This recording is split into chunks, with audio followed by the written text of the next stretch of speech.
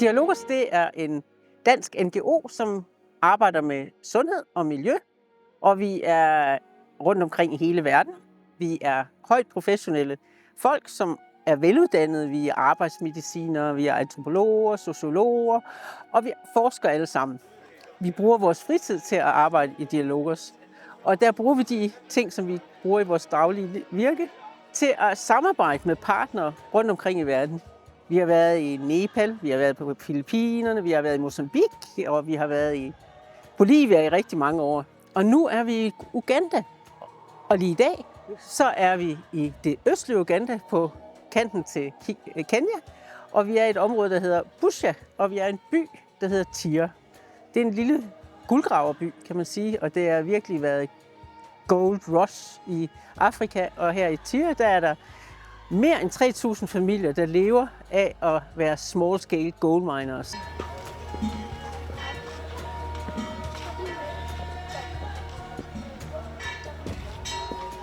Dialogos og jeg hænger sammen, fordi at jeg kom ind i Dialogos i 2010 med et projekt sammen med Peter Abel.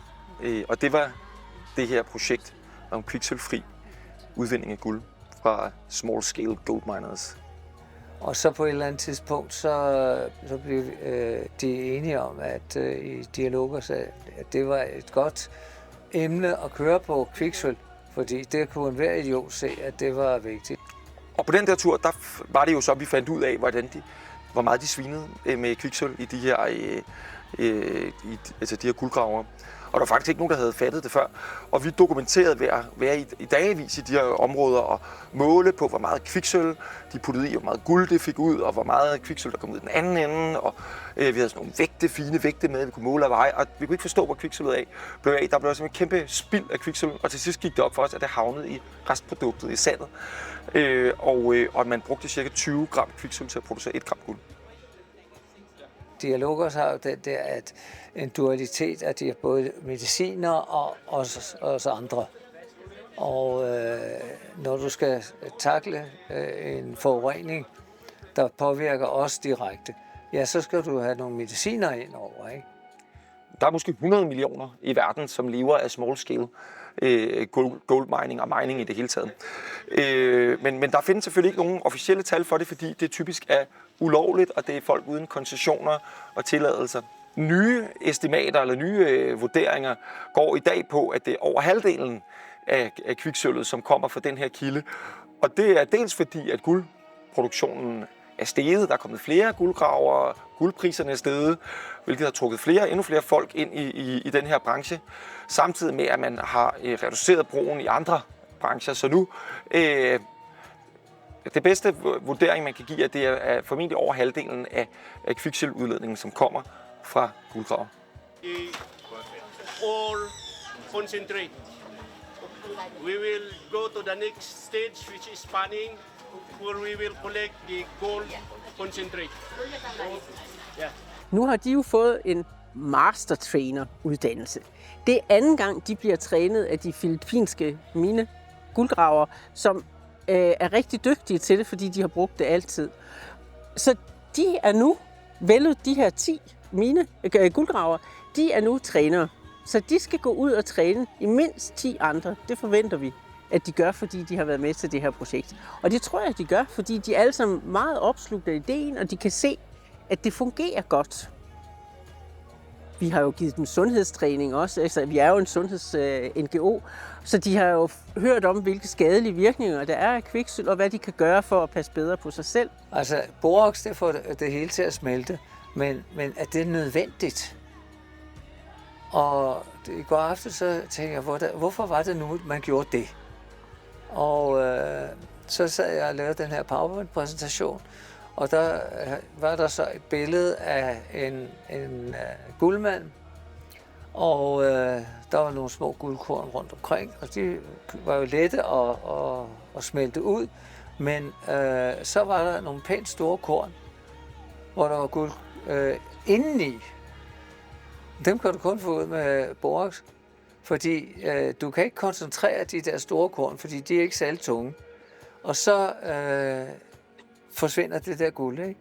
Mens hvis du smelter det med borax, så kan du udvinde 5% mere guld eller sådan noget. Og det hjælper jo også på pengekassen. Så det er en måde at udvinde guld på, men det er også en måde at få endnu mere guld på for guldgraverne.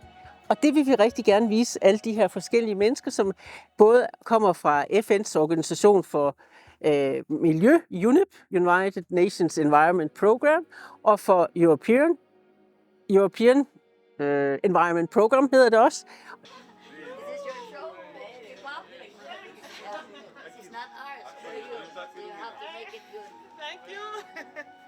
What you saw yesterday is what I do and what I run actually. So are you the new Leoncio and Debbie? Yes, I'm one of their member, and I'm so excited and very happy to be one of their member and one of their staff as well. Because I'm a team of trainers and I'm also a trainer as well. What is your expectation for the whole area in Tira? My expectation, one, I know that I'm going to change the community of Tira and the people of Tira will move out of Mercury. My opinion is the Dialogos family is a very good family, and via the work that Dialogos does, I actually take my sincere appreciation to Dialogos for what a wonderful work, a wonderful job that they have done in our community by making our lives a better life of tomorrow, because most of our community and most of the miners are affected. But since Dialogos came in, it has really impacted and done a very good job. I have 3 children, and unfortunately I lost my husband. But as strong as I am, I know I can still make it and I can still raise my children to that position that I want, and with God's mercy, we can do it. En del af det her i dag er også, at vi vil gerne lave The Tira Summit Position Paper. Og det er et stykke papir, hvor vi beskriver metoden, og så siger alle dem, der har været her, jamen vi har set, det virker. Og det kan vi se fungerer for rigtig mange. Og så skal vi i morgen sidde inde på Busitema Universitet, som er et ingeniøruniversitet, der ligger ikke ret langt herfra, hvor de uddanner mineingeniører. Og der skal vi så sidde og diskutere, jamen, hvordan får vi spredt det? Fordi det virker til at være lidt af det, der er besværligt i øjeblikket, det er at få spredt de her gode intentioner, vi har. Og det skal vi så få skrevet på papiret, og så har vi The Tira Position Paper. Og det har vi tænkt os at sende til så mange regeringer, som vi kan. Så på en måde så kan man sige, at Tira Summit er kulminationen på alle de 12 år, vi har arbejdet med at udbrede den kviksølvfri metode i Dialogos. Denne her metode virker, uden at man skal investere i noget dyrt udstyr.